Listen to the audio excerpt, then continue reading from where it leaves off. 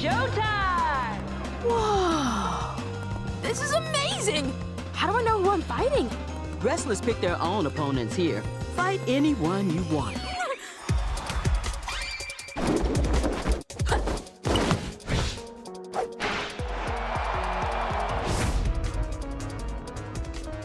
Hello everyone, this is Cosmic Kitsuname, and today we are going to be talking about a new cartoon called Invincible Fight Girl. And with me here today is Craig, the DM. good to have you back, man. Good to be here. After watching those videos, nice, fresh in mind. It's just a lot to talk to about within them. Yeah, guys, we pretty much binged watched all the episodes up to the current one. And I have to say, going into that, I really didn't expect much. And I don't know if it's a reference or if it was made by someone involved with it, but you know, the moment I saw her costume, I just couldn't stop thinking Steven Universe. I don't know why that was the first thing that came to mind, and that was weirdly the reason that I didn't want to watch it almost. It's just those colors. I don't know what it is, but it's just... I hope she gets a new outfit. That was my main gripe almost for the... I got used to it, but that was my first gripe, weirdly enough. If anything. But then again, she made it, so I guess, I don't know, maybe it'll change as she gets stronger, but yeah, folks, I don't hate Steven Universe, it just... I watched it when I was younger, it just really wasn't my cup of tea. It was too... I don't know, it just didn't resonate with me much. Something about it just... I don't know. That's just one of my... Not terrible, but just meh. I mean, it had a good ending, though. But yeah... I am kind of surprised, and well, I'm half surprised because I didn't think they would incorporate so many references. I saw so many. I saw this and North Star references. I think I saw a JoJo reference in there somewhere, and there was definitely a Bruce Lee reference with the multiple strikes, especially in regards to the first episode with Immaculate and the Perm Gang. That was just too funny. I mean, I gotta admit, it's really cool, and at the years of people wanting original stuff, I think this is definitely better than a lot of the new stuff that I've seen because it's fresh. I don't know what's gonna happen, but after a couple episodes, I changed a few opinions, and it's starting to kind of sit well with me, almost like a wine in a weird way. Like you drink something, you believe it's like tap beer or something. It's like, oh wow, it's pretty damn good almost. It just kind of keeps getting better. And I guess my only other gripe was the fact that it's supposed to be about wrestling, but I mean, I don't know why they could have just named it MMA or something similar. I don't know. I think the name is a bit misleading, but you know. What about you? How do you feel about it? Well, I'm glad. I'm actually really glad that they're doing effectively, particularly with a female character, the hero's journey instead of taking they've learned everything all at once and they have no flaws. That the Mary Sue nonsense is ever so boring and just irritates me. A character that's invulnerable and can do everything, then what's the challenge? What challenges them? Nothing. Now, we see, much like the hero's journey, she comes from your normal background. She was expected to be an accountant. But obviously, she has her dreams of being, a wrestler. Yay! Now, in the hero's journey, there's like 12 steps. 1, the ordinary world. We saw that. 2, the call of adventure. She has the opportunity to enter the world of wrestling. Now we have refusal of the call. She's like, I can't disappoint my parents, and yet she still goes through it. Finally, like she takes that step. Then meeting the mentor. Now, obviously, she takes her lumps and realizes, I need a teacher, which I'm glad they show her taking her lumps and, yes, even losing, because even in loss, there are lessons to be learned. And she meets the potential mentor, but obviously the mentor is like, you have to prove yourself worthy of my teachings, the threshold. Do you have what it takes to step over that threshold? Now, she's tested. She picks up allies and enemies, as we've just seen in the very last episode. More to be discussed on that one. And she's about halfway through the metaphorical hero's journey at this point. She's been tested. She's picked up allies and enemies. Now, again, dreams aside, her technique, not that great. She's studied, but you need practice. That's the thing. And she has plenty of will.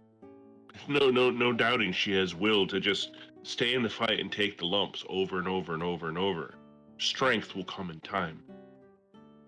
But it's just, as long as her will remains indomitable, that's pretty much the one thing she's got going for her. I kind of, sorry.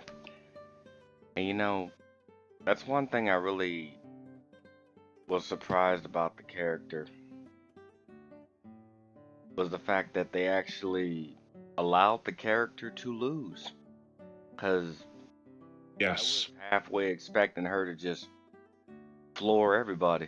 Because it almost seemed that way for a hot minute with the first episode, pulling out, mystery moves. But no, they at least explain that. No, she spent a long time training that one move. And then later, she actually starts using intuition. She actually starts utilizing her size, which is something that I rarely see in a lot of newer stuff. Especially when she's tripping the other character, and they at least put some thought into it. And it shows by that one kid that was doing that hardcore Sherlock Holmes analysis. And And her ally who has the eye for techniques and the knowledge of various techniques. Yes. and even with the art style, it's like a good hybrid of cartoon and anime. This could very easily kind of dip over into being an anime, like with just, it's almost like it's just 1% off of being an anime. It definitely took a lot of showing inspiration, and I know I'm gonna have to look up more later for the creator and everything else, because watching this actually got me very interested. It is definitely anime influenced, with like chibi people here and there, or the big guys, small mouths around, oh, look out, sort of deal. But yeah, as far as drawing bodies go and whatnot, that's pure tune.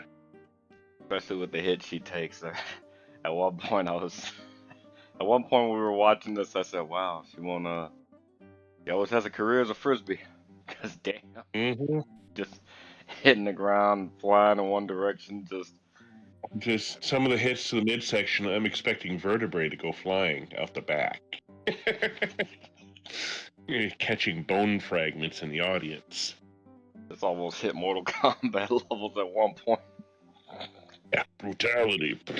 The X-ray where you see things busting. Yeah. I thought that was really cool, and I can't wait to see more what's to come from this. I mean, it's rare that I see a new show and I just take to it.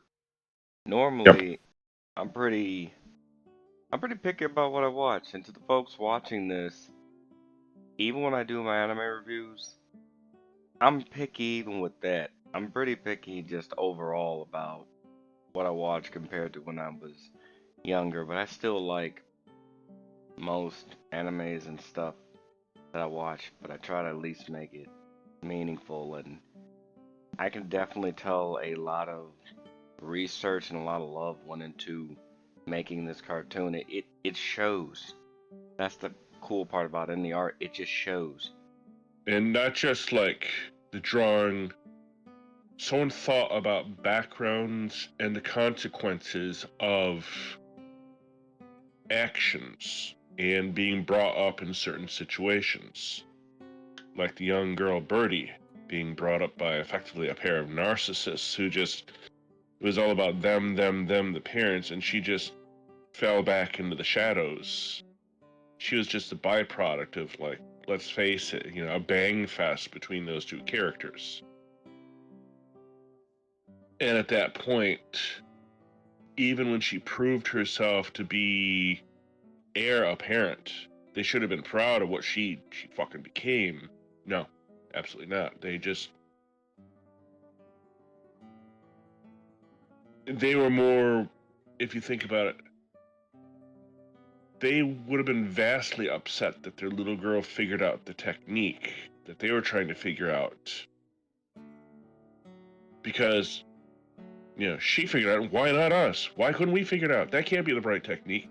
She could have mopped the floor with both of them, and they still would have just, I think, had it in for her. Yeah, that's You know, the sad one part of being. I'm happy that that that that was a villain arc right there, and we will see more of that character later. And truth be told, that is a villain. Here they try to humanize villains like, that were just solely evil to begin with. This person isn't evil. Are they damaged? Absolutely. Are they hurting? Absolutely. And they're just broken to the point to where they need to be, ideally they should have been taken out of that environment and just given to people to decompress what was going on in that kid. But obviously, she's been pushed off the metaphorical cliff here, and yeah, no take backsies in the Earth Kingdom, let's just say. And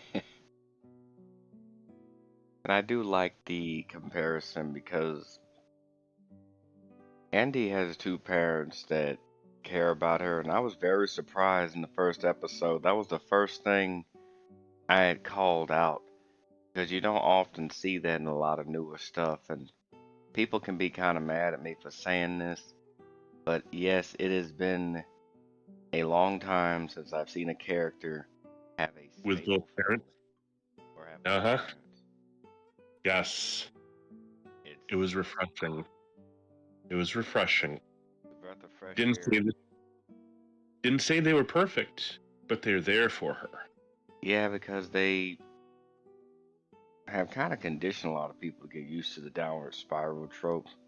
I mean, it's not Yep. necessarily bad, but it's just very refreshing to see some type of stable family as opposed to all the, the bad stuff. I mean, you don't have to have a messed up family to give a main character conviction.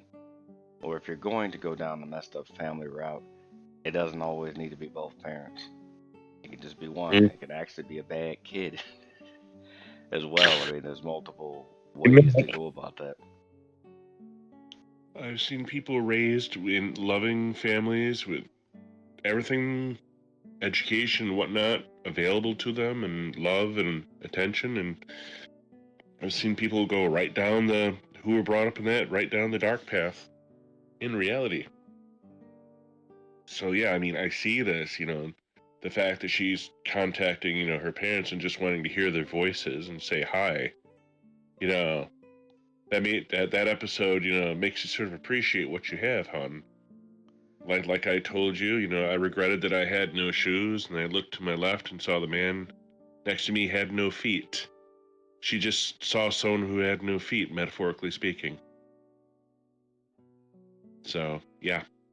Yeah, and seeing the parallels between those two characters was very interesting for me because, as you were saying, yeah, there are people that came from very loving homes who turned out to be very terrible people.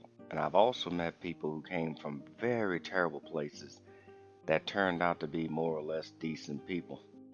Mm-hmm. And looking at Birdie, I am weirdly able to relate to such experiences of just being pissed off and wanting more and being like sabotaged at every damn turn. And it can be very discouraging, whether it come from teachers, your peers, even your own family. It could be very discouraging. And to be told to just get the hell over it just makes it worse. I mean, Chalk it up. Yeah, been there, done that.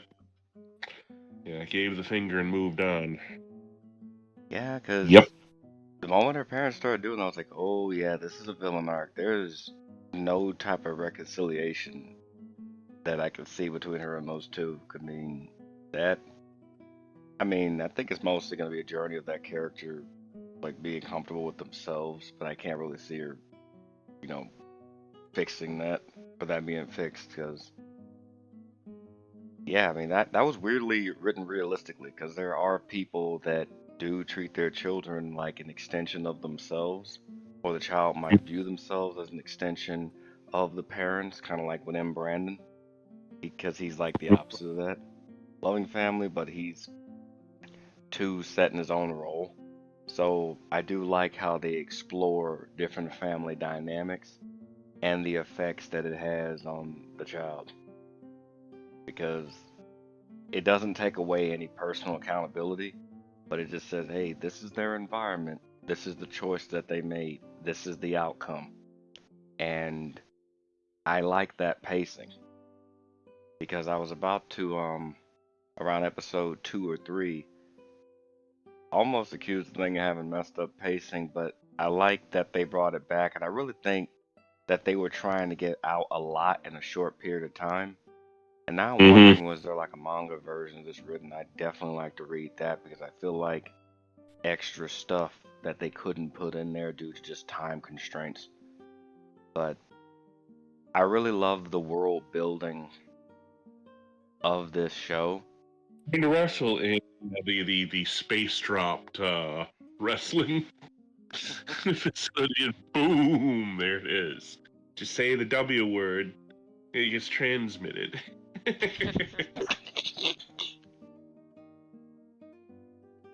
Yeah, I gotta admit that was a really cool invention. I mean, that was a really cool way to start that. Now you can have a battle at any time, anywhere. That is pretty cool via satellite. World tour. That's really freaking awesome. I gotta admit, just but yeah, I'm definitely gonna be looking for the written version of this if it exists because I've been collecting a lot of books lately, and it's good to be able to see something just that new. It outdid my expectations, and that it's been a long time since I've seen something do that. It outdid my expectations because I did not expect much. I mean, after episode 1, I was like, I had that almost pessimistic kind of view. Like, yeah, they did it once, but can they do it again? And they just kept, upping the ante. They really upped the ante a lot, especially with that birdie fight. Like, damn, went full on. Just the explanation alone was pretty cool, and the music used seemed to get a little bit better. I thought that was pretty awesome, as well as the characters' voices. Took me a bit of time to get used to, but once you get used to them, you're not even really thinking about it. I hope to see what type of dynamic soundtrack they come out with for future boss battles. I mean, because I could kind of see this being a video game weirdly of some kind. Truth be told, also, I hope that they actually develop the other characters with her and not just leave them as just perma support characters. I mean, because I see that as a regular and just a regular trope were like, you know, they're permanent, you know, permanent sidekicks. Especially, you know, the the blonde helper kid there. I can't remember his name. Doesn't matter, but you know who I'm talking about. Yeah, he wants to be, you know, a writer and a commentator and whatnot. But I imagine at some point he's going to have to get in the thick of things. And you know what I'm saying. Yeah, and I think if they do that right, it can give the characters more depth. I would definitely love to see the journalist jump in, like maybe he jumps in and wrestles on her behalf to save her Yeah, from some type of imminent, you know, yeah, in permanent Doom or end or something. something, or a bad setup. I could also easily see, you know, I'm sorry, but he's been trained by, you know, the beef dudes there. Get in the, you know, get in there and practice with her. You know, because training on the bag is one thing, but you still need practice partners to spar with, so to speak. Well, I And remember his just name. It was Mikey, by the way. Yeah, that's yeah, it. Get in there with Mikey. You know, throw some heavy bags around with Mikey. And you know, it's just again, boxing. You can train with the boxing bags, and the heavy bag and the speed bag and all that, but you still also need to spar with people. That's what she's ultimately going to need is, you know, a sparring partner or two. And not to mention the other guy, Mr. Mouth, Greg. As far as I'm concerned, he should learn how to throw some hands as necessary as well. I mean, because let's face it, his mouth is going to write a check that his he won't be able to cash. yeah. When I first saw the character Craig and he was doing that phone thing, I was like, wow, he. I was like, wow, they captured that city quite well. I mean, it reminded me of. Yeah, they really did capture city life quite well. Mm, But yeah, you are right. I think the thing that would really elevate the other two characters if Mikey goes from being a journalist to being a journalist and a trainer, like excelling into that, like maybe, doing a thing where you test the blows on him. I mean, kid's got the size for it. yeah, And yeah, movies like this because when they're doing the perfect punch, he was the one actually measuring things out, getting the stance. Okay, he moves her foot over here, raises the hand up to this position. Correcting the stance little bit by little bit by little bit. I mean, his knowledge and willingness to look at technique. That's a big bonus right there. That is gigantic and it's in a the world of skill to be gaming. able to do that too. I mean, not everyone can analyze like that. I mean, it takes a very analytical person to be able to know the ins and outs of something without even really wanting to be a contender, and that's a very important job to have. As for the other character, Greg, though, that's going to be kind of a hard character to elevate because if he doesn't also become a trainer himself, I mean, if his job is to be the manager, it would still make sense for him to know how to fight too to protect the people. Yeah, I mean, like I say, he's going to end up ambushed and tied into a pretzel at some point. And I'm sorry, it's like, no, we all train. We're not all going into the ring, but you're gonna learn to be her practice partner for a while, and then maybe switch off. Because again, practice partner. That's the trick of it. You have to. Let's just say there's more than just one type of tea. You have to, learn this, learn that. Oh, wow, you didn't know you could do that move. Well, neither did Mikey until he did it. So maybe Mikey might be able to help him, or he might be able to do it. If they really wanted to, they could give Craig almost like a solo journey. Have him kind of like give him like his own story segment, like for a couple episodes to kind of have him leave, and he comes back, and he's like, "What happened to you? Been through some things, saw some stuff. I'm ready to manage," or something like Yep. that. Just He's ready to step up and pick up the mantle. yeah. So if they're able to elevate all three of those characters in a way that's like harmonious, to where just the act of even when they're not together, just the act of what the other one does helps everybody in its own way. That would be really cool. If That would be a breath the of industry, fresh air. because I definitely do have high hopes for this cartoon, and I'm gonna keep watching it. And I'm definitely gonna, Definitely worth a watch. Definitely. because it might lead into other shows afterwards, and this is really what we need, in my opinion, in terms of shows, because it's been very stagnant. I'd argue for many years. May as much as I love anime, it's been kind of at a standstill because it became, when it was niche, we had so much stuff, but then it became mainstream. And yeah, I know Yeah. folks watching this, I'm not a purist. Let me just kind of throw it out there right now. Not a purist, but I've noticed it. Normally, I would never notice it, but I noticed that it's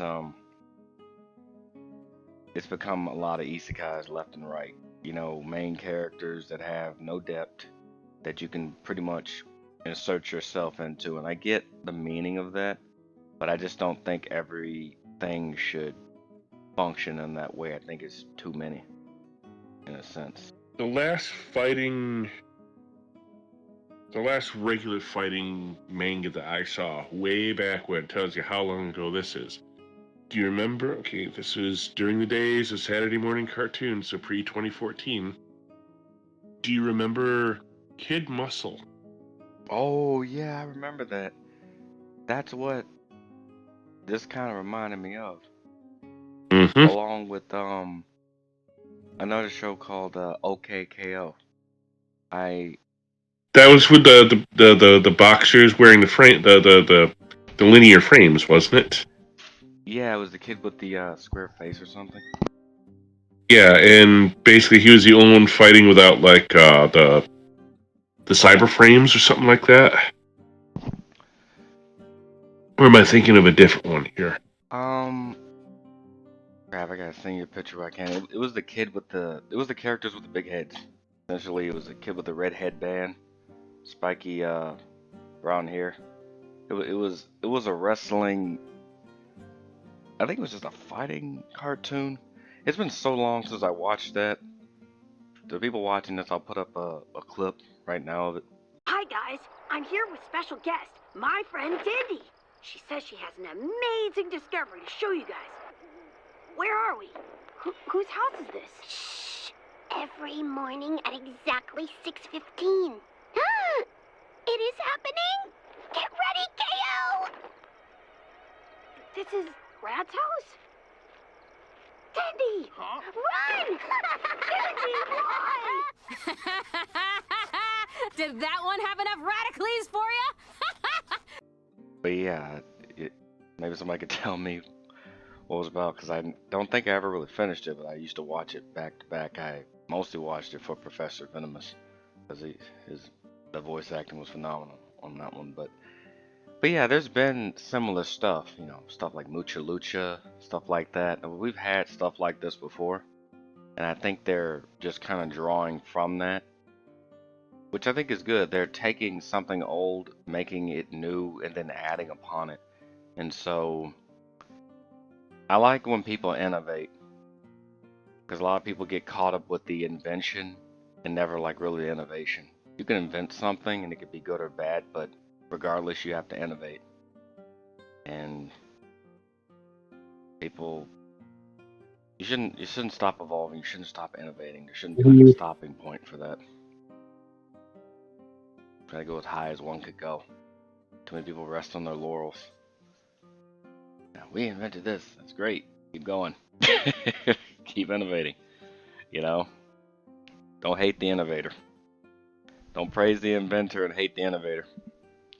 I've known some people that never invented hardly anything, but they've innovated more than anyone around them. So there's Hmm. that. That's how I've always looked at it anyway. Okay, here it is. Megalobox. That was the one where ultimately it was a guy I remember. in a world where basically where they wear like cyber frameworks, you know, and to amplify their moves and, you know, punching power. He enters that realm without the frameworks, relying on speed and technique to basically keep his ass alive. A Gearless Joe. I remember watching that. Guys like us, we don't get to think about tomorrow. You focus too much on that stuff, and you end up a dead man.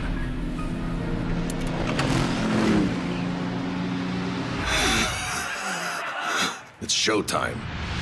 Megaloboxing fuses athleticism with innovative gear technology to create the future of boxing. What in the hell are you wearing? That's some busted-ass gear, little doggy. No matter how good the gear is, it's not what makes or breaks a fight. It always comes down to the guy wearing it. If it wasn't fixed, this fight would have been over with by now. If the kid wasn't wasting away in this hole, he might have had a shot at the big time. Fighting in Megalonia means fighting at the highest level, and that means true megaloboxing. I'm sick and tired of throwing these damn fights! Get me into Megalonia. You're delusional. You think a fraud can become the real deal. I can't go back to that life. What's this about true megaloboxing? The street dog wouldn't understand. Try me. In the ring, only true skill will survive. Stray dogs such as yourself aren't allowed here. All I want to know is if this little gamble of yours is over. Not by a long shot. All I'm asking for is a single chance. A chance to show everybody that Joe's one hell of a boxer with true skill. As of now, all I have will be devoted to destroying you. That's fine by me. This isn't some game, kid.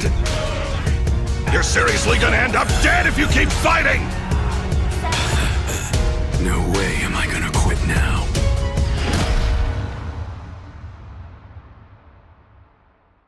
Yep, that was the character name, Gearless Joe. Starts off using these gears, and later he starts using his own strength and everything. Damn, I gotta buy that anime, but Between that and Kid Muscle is what Invincible Fight Girl kind of made me think of. It's like you're gonna have to do more than just, you know, secret techniques and this and that. She's gonna have to build herself physically up to deal with.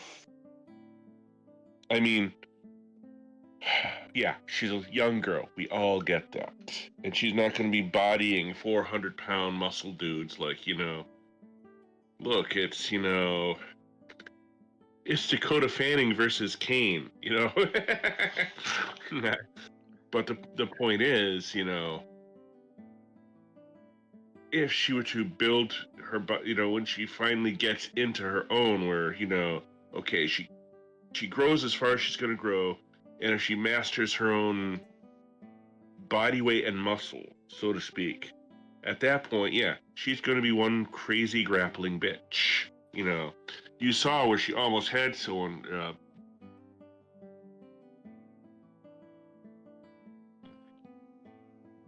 The Hulk girl, Birdie, she had her in the arm, that one full body arm bar, and then Birdie curls her out of it. I've actually seen that in a wrestling match. It was, I forget the Japanese giant's name, but he was going up against Fedor Emelianenko, who was like this Russian avalanche given human form. He had the dude in the full body arm lock, and the Japanese guy started curling him, defeating basically his whole body with the muscle in his arms. And that was actually the first time I actually saw borderline fear on Fedor Emelianenko's face.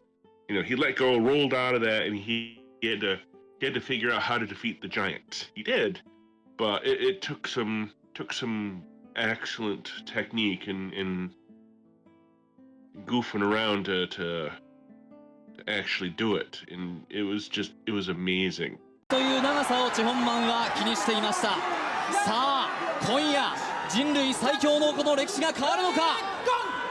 チェ・ホンマンとヒョードル、さあ世界中が注目する一戦。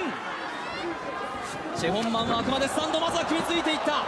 ここはシルムの経験が生きるか。腰が重い。上になったのはなんとチェ・ホンマンだ。さあここは岡見さん、これ意外でしたね。意外ですね。まあ良かったです。でもここからもヒョードルはうまいので、警戒が必要ですね。逆にこのチェ・ホンマンはコーチにはユン・ドンシクが寝技を指導していると話していました。この大きさですから増田さん、一発一発上になっただけでもこれ大変な重さでしょう。ちょっとね、僕はもう6年前からヒョードル命なんですけど、まずこの試合が実現したことに驚いてます。岡田さん、もう上になったね、ヒョードル隠れますからね。案外冷静というか、これがうまいですよね。さあ十字に来た、十字に来た、腕を取っていく。さあ腕だ大巨人の腕をへし折ろうという。さあそしてパンチ、立ち上がりました。この大歓声をお聞きください。日本中だけではない、世界が注目する一戦です。人類最強の男エメリアエンコ・ヒョードルか、そして K1 の大巨人韓国のチェ・ホンマンか。さあ早くもヒョードルの顔に傷ができています。スタンド決着でということを戦前本間も話していた。左当たった。そして組みつきに行きます。しかし上になる。いやー、岡見さん、うまく倒せないですね。さあまた上になった。ここからがヒョードルはうまいので、さっきみたいな警戒しなきゃいけないですね。自分には体格差、そういった知識がある、技術がある、そこを徹底的に練習してきたと話しています。下になっても三歩仕込みの寝技があります。これが下になったのが人類最強の男ヒョードル、上になったのがチェ・ホンマンです。 2m18cm 160キロが覆いかぶさっている。左を振り出している。しかしまた右の腕だ、右の腕。人類最強エメリ Worth a watch. So that's why I figure here she's going to have to learn how to use, more than arms, more than legs, the full body, technique, and have the will to back it up, because she's still, even in training, she's going to get her head handed to her repeatedly, as long as the character learns, and not like, well, I've automatically mastered this without trying. It's like, yeah, no one wants to see that. It's really cool to see the level of research that people put into things, and now whenever I watch films or animations, given what I'm doing now, they act as not only entertainment but research value as well. I think to myself, how would I have written this, or how would I have elevated this in a way that would have made it cool or funny or something like that. I think it's a really good plot, because honestly, I would have never thought accountant and wrestling. That's a interesting thing to kind of merge together. That I would have never came up with something like that. Accountant turned wrestler. Yeah, well, they a humble beginning indeed. From crunching numbers to breaking legs. The crunching body parts, yeah. But yeah, the fingers versus the toes is just wow. That first set of moves she did with the ankle holds made me wince, because ankle holds are some of the most painful ass shit to get fucking pulled on you. Pardon my French. I've been held in place with an ankle hold, and damn. Yeah, that is painful. I would not want to be in that kind of lock. I think I'd tapped out too if I was in a freaking lock like that. I mean, it's a pretty interesting story. Kind of curious about what happened to Super Granny over there to make her quit wrestling. I'm sure it's probably just as tragic as the other stuff, but it's maybe she crippled someone who could have been great, or maybe she did something she didn't want to because of, and there were consequences because of ego. She looks like she maybe crossed a personal line and said, I'm sorry, I'm never going to do this again because of what happened.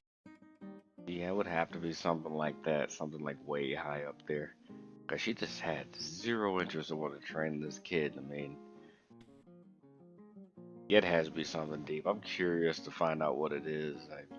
My only regret is that, you know, there are more episodes out right now. Like I said, I'm glad to see the road to enlightenment is full of bumps and curves and roadblocks and tests. That's all I gotta say. I'm just tired of, you know, how did you master? I just walked here and ta-da, I'm mastered everything. No. No, I mean, okay. For instance, Avatar: The Last Airbender. Toph. Toph had to overcome blindness. Toph listened to badger moles, the original users of earthbending. Half the shit she did, she could do because no one told her she couldn't. And so, truth be told, she had mastered everything within her senses. You know, you can't tell me what I can and cannot do. She just did it. And so when it came time for metal bending, yes, it did stymie her for a little bit. Right up until she did it. You know, it wasn't just, oh, easy peasy. No, she was beating her knuckles raw on that steel box she was in. Until finally, you know, she banged it and just listened to the vibration and found all the teeny little pieces of rarefied earth within the metal. And it's like, all right, here we go. That's what I weirdly respected about Toph. Toph didn't need to be constantly reminded that she was blind. I like how she would just play jokes on him. Hey guys, I found it, like pointed out there. Oh wait, you know, just. Do people really want to see two little girls fighting out here? I'll take the belt back. Ow! Sorry. The stars sure are beautiful tonight. Too bad you can't see them, Toph. There it is!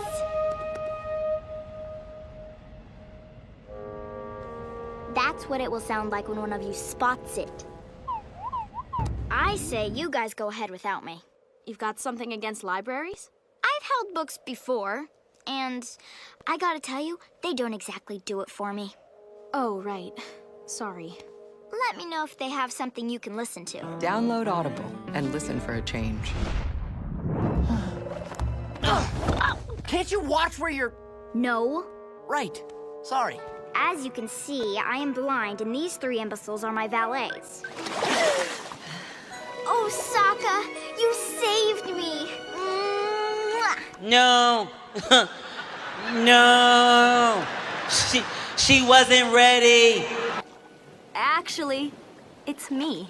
Oh, well, you can go ahead and let me drown now.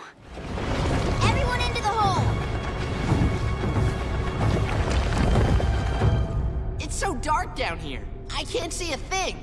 Oh no, what a nightmare. Sorry. Sir? I'm sorry to bother you, but my cousin lost our invitations. She's blind. It's okay.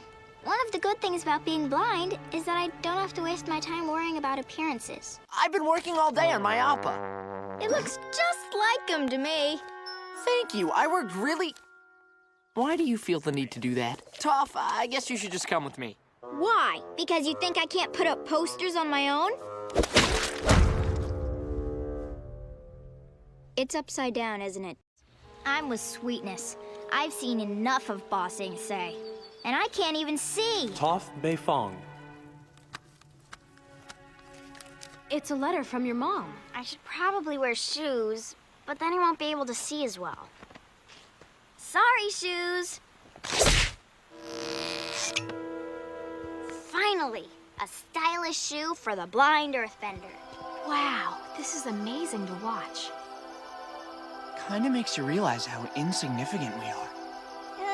You've seen nothing once, you've seen it 1,000 times. You're trying to keep us here and waste all our time! Right. I think your friend just said that, genius. And since you can't see, I should tell you I'm rolling my eyes. I'll roll your whole head! Good work, Toph. Time to take control of the ship. Take the wheel. That's a great idea. Let the blind girl steer the giant airship. I was talking to Suki. That would make a lot more sense. Wait, why did you give me Momo's ears? Those are your hair loopies. At least you don't look like a porcupine. My hair's not that spiky. I look like a man. And why did you paint me firebending? Hey, my belly's not that big anymore. I really trimmed down. Well, I think you all look perfect. I know this is from you, Sokka. Toph can't write. Ugh, you're all driving me crazy. I can't believe we forgot Toph can't write. Yep, we're idiots. I found something that you're not gonna like. Well, it sounds like a sheet of paper, but I guess you're referring to what's on the sheet of paper. What's this? I don't know! I mean, seriously, what's with you people? I'm blind! Yep. Yeah, you remember that scene. She was so confident that oftentimes the group would forget she was even blind. And that to me is the way it should be. It's not about pitying somebody for having it. It's the fact that, yeah, I have this problem. Yes, I'm comfortable living with it. And no, you don't need to constantly throw it in my face. I think the world has clearly established I have this problem, but sometimes people, they over magnify and then it loses its impact when it's over analyzed or over magnified in a sense. Yep. And I think that's what I'm starting to see sometimes with a lot of news stories. They tack on a little too strong sometimes. I mean, because if I saw, honestly, Avatar, the way it was back then, couldn't be made the same way because of the way people would react to it. I saw the Avatar live action, the new live action series, and they butchered Sokka's character into oblivion. Yes. It's like, no. I saw the movie with M. Night Shyamalan Ding Dong. No thank you. Now, as far as I'm concerned, his magnum opus was Sixth Sense, and he should have just stopped right there. Okay, maybe Unbreakable, maybe. But that, I don't know. I'm just an angry old guy, that's all, so just whatever. If I tell you to get the hell off my lawn, that's my one warning before, things start flying in your direction. I think I'm gonna elevate that when I finally reach my IRO status. I think I might just start carrying around a wad of grass in my pocket, just telling kids, "Hey, get off my lawn." I'm not on your lawn, man. I'm on the sidewalk, and I just take it out there, just throw it on the ground in front of them. Now get off my lawn. That's my grass right there. Get off my lawn. Take my lawn with me everywhere I go. I am the advanced old person. Gotta find new ways to be annoying. But yeah, I think Avatar fell off after, Korra. I pretty much just treat Avatar as like the definitive, and everything after I just try to ignore, because I really did watch all of Korra, but that ending was really the point. That was the cutoff for me. Well, kind of undid everything every Avatar did before you. Huge middle finger there. Good luck, everybody else. So, all right, well, I guess that's the end of that. I'm gonna swing wide the gates fell and fly off. All right there. Yep. Bye. Feels like nothing was learned. I think that's the thing that pisses me off about Korra. I don't feel like a damn thing was learned out of that entire series. Like I don't know what I was supposed to take away from that, like at all. What in the hell was I supposed to take away from that? I mean, just do whatever the hell you want at the expense of everybody else. Consequences be damned. I mean, then they come around with this live action series. I was really forgiving a lot of stuff, but that whole, Sokka needs to be more respectful to his sister. No, not really. I mean, one, he's in a village where he's the, what was he like, the oldest adult male in that village? The only Yeah. one? He was the oldest adult male. Which means, truth be told, it was his duty as the oldest adult male to be a defender of the village. And also to be a hunter as well. As dangerous as that is. Yeah, I mean, I think people who pretty much hated his behavior kind of missed the point sometimes. Like, oh, we didn't like how he was just all chauvinistic and yeah, given his situation, it would make sense he would feel that way. I'd be pretty damn pissed if I'm the oldest guy in the village. Even an old man would be very angry in that situation. Damn, I gotta protect everybody. I Everybody. can fight too. Once again, I gotta protect everybody because you're the first line of defense, regardless of whether anybody behind you can fight. That don't even matter. People don't think about that. And pretty much, remember the raids were taking waterbenders, and they were killing off defenders until basically everyone piles in the boat. We're going to take the war to the Fire Nation, and leaving basically non-combatants behind, children and old folks. Especially the only dude in the village. That is so much pressure on your shoulders to the point where, yes, you're going to be pissed about that. And so Sokka's treatment towards his sister was only amplified by that. And even with all of that, he later eased up when he met the Kyoshi warriors because they showed him, hey, we could be, we can fight too, we can be capable too. He naturally would not know that because of his current situation. And so It's not that he was stupid, just unaware. But damned if he didn't learn fast.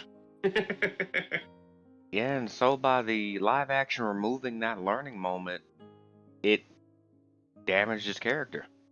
Because now there's nothing left to learn. They jump straight to the finish line without him unlearning like crappy qualities or anything like that. And so, and again, back to the original story with Invincible Fight Girl. Believable. She's going to have some hard, lumpy, bumpy road ahead of her. And so far, yeah, more than just in the ring. She's seen the price of, just being abandoned and then being cast out. Yeah, Birdie's villain arc. She's seen, yes, you're going to have to walk away from your comfort zone to chase your dreams. You're going to work hard. It's good to have friends. It's good to have loving family. Be thankful for what you have.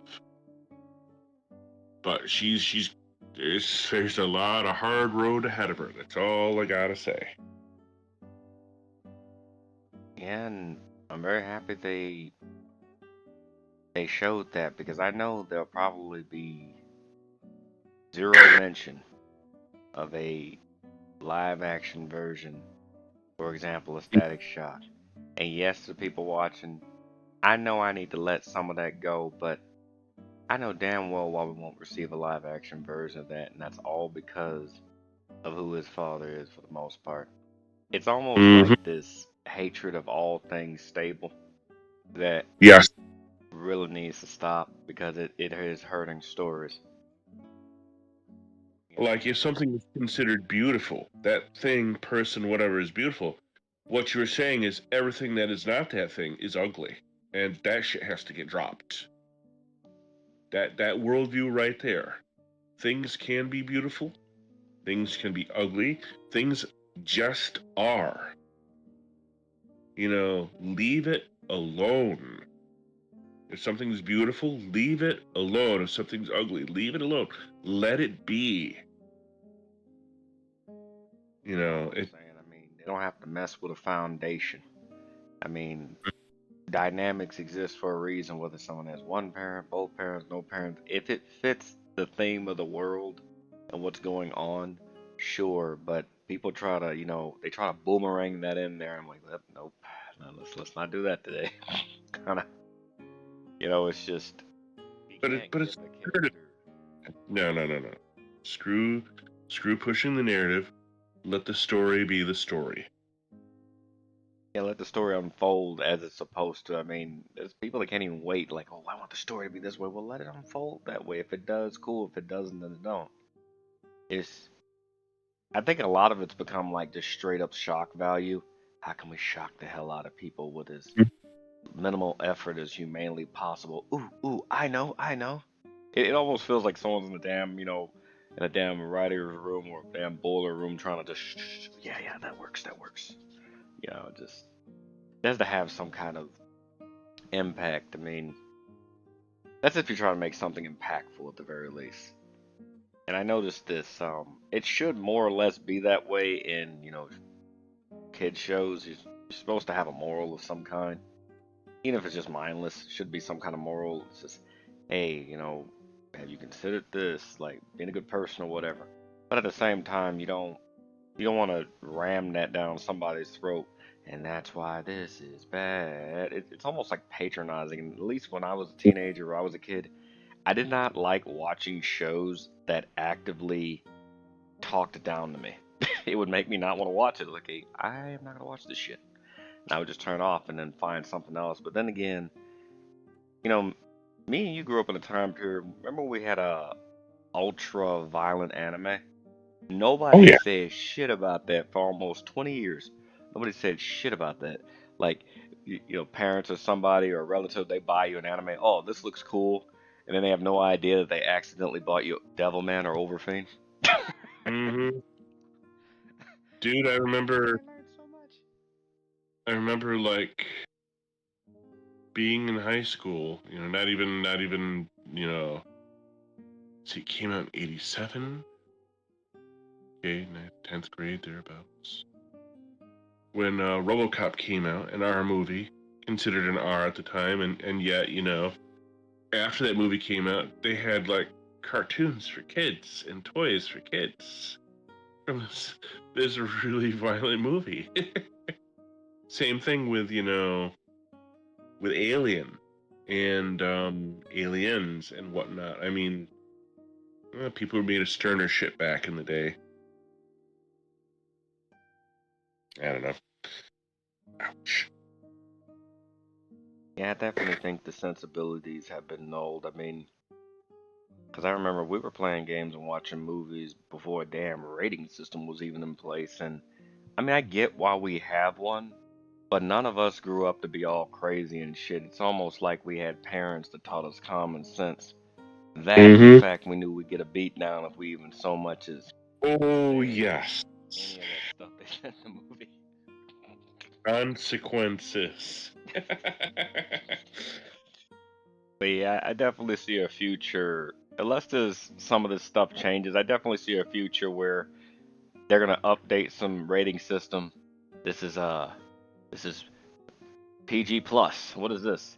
It means that we go out of our way to warn you at 5 minute intervals when a deadly scene is coming up. Like great, and I get to Hit the button, be visually. hit the button when you're ready. It's how about we just watch it on? No. See, everyone in the movie theater has to hit the button when they're ready. Let me run around just hitting the trigger button. Gotta hit the trigger button. What happened? They said it was mildly suggestive. It was extremely suggestive. Trigger Mm-hmm. button. The- and it just ejects him out of the seat just to shoot through the roof. I don't know. I just think about A sack goes over their head.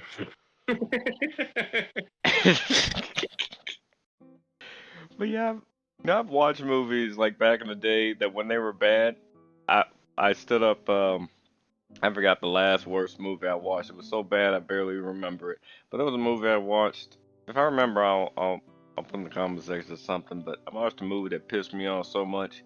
I didn't even say anything. I stood up in the movie theater, looked at my watch, threw the popcorn away and to the left. Didn't even say much about it after. I was like, well, worst $15 I ever spent. Mm-hmm. Exactly. I mean, I think people need to just start speaking with their damn wallet at some point. I mean, if things are gonna be like that. They are. They're feeling it. They are feeling it. But again, to quote Joker, it's not about the money, it's about sending a message. Except when the stockholders are going, yo, motherfucker, where's our money?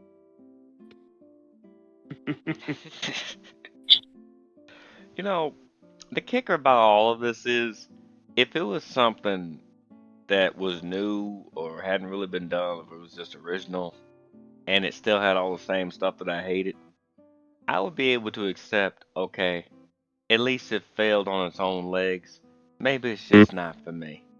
And I just go on about my business. But to take something that's already pre-existing, do everything in your power for the sole purpose of pissing people off, and then turn around and go, I got you, man. It's like, okay, well, that you did, and fool me once, shame on you. Fool me twice, shame on me.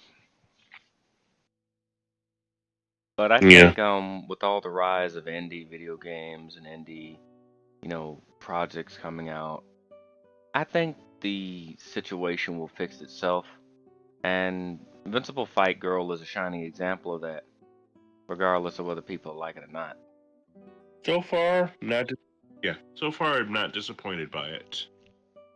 I'll be the first one to say when something sucks because, well, something sucks, it just does, But so far, it has not sucked. I find myself entertained by it. Same, it was a good effort. I mean, just kind of like skipping a stone. Like, you didn't think it was going to go that far. Like this, you just thought it was just going to go plop, but it's like, wow, it's still going. Skipping across the lake here. Maybe to make it to the other side, kind of thing. And I don't have a lot of gripes about it. For the first time, or rare few times in my life, I can't really think of anything else to really gripe about. It's a fair.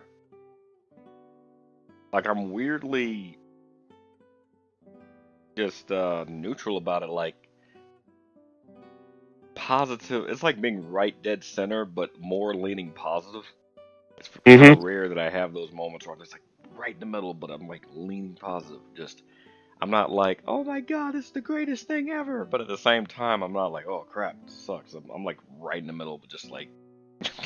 Yeah. So far, it's been pretty good. I don't hate it, not by a long chalk. Basically, as long as they take this route of take your lumps, learn some more stuff, work hard, learn. Nothing comes easy. I'll be happy with that. Be happy to watch it all the way to the end. Same. I now have high expectations for it, and I hope it does not disappoint. Because that would suck and make me feel like, damn it, y'all invested. This shit happens. I just hope it doesn't kerplop. But they seem to know what they're doing, so hell, only time will tell. But yeah, we got a good ways into this. I guess is there anything you'd like to add before I end this? It's a refreshing breath of air. That's all I have to say. People can learn from this. That, take your time and write a good story and let the characters develop. Let them overcome their own weaknesses, let them acknowledge they have weaknesses. And acknowledge first and foremost, no one is perfect. And just go from there. Do that, my friend. Well, it's been a pleasure having you here, and hopefully we'll be able to do more videos like this in the future. I thank everyone that's subscribed to me and been watching my videos, and I get it's a small channel, but we try to put out the best content we can, and I still have that project in the works. For those that have been wondering, I will talk about that when I'm able to. Been working on that for a good long 2 years. And I am super excited, but I don't want to spoil it yet. But I'm working on it. Working on something pretty big myself. So. Yep. It's been a pleasure talking with you, and when more of those episodes come out, let me know. Be happy to watch them and comment accordingly, and or anything else that catches your eye. Thank you for having me on. Thanks for being here. Much appreciated, and take care, everyone. Thanks for watching, and peace. If you tell me I'm wrong, I don't wanna be right. If you tell me I'm wrong, I don't wanna be right. If you tell me I'm wrong, I don't wanna be right. If you tell me I'm wrong, I don't wanna be right.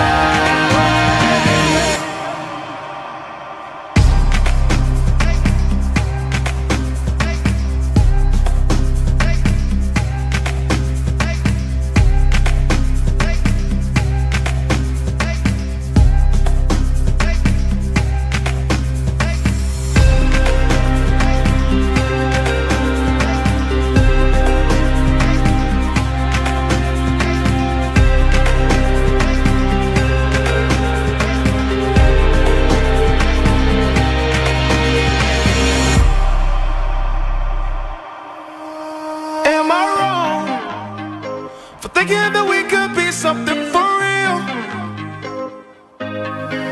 Now am I wrong for trying to reach the things that I can't see?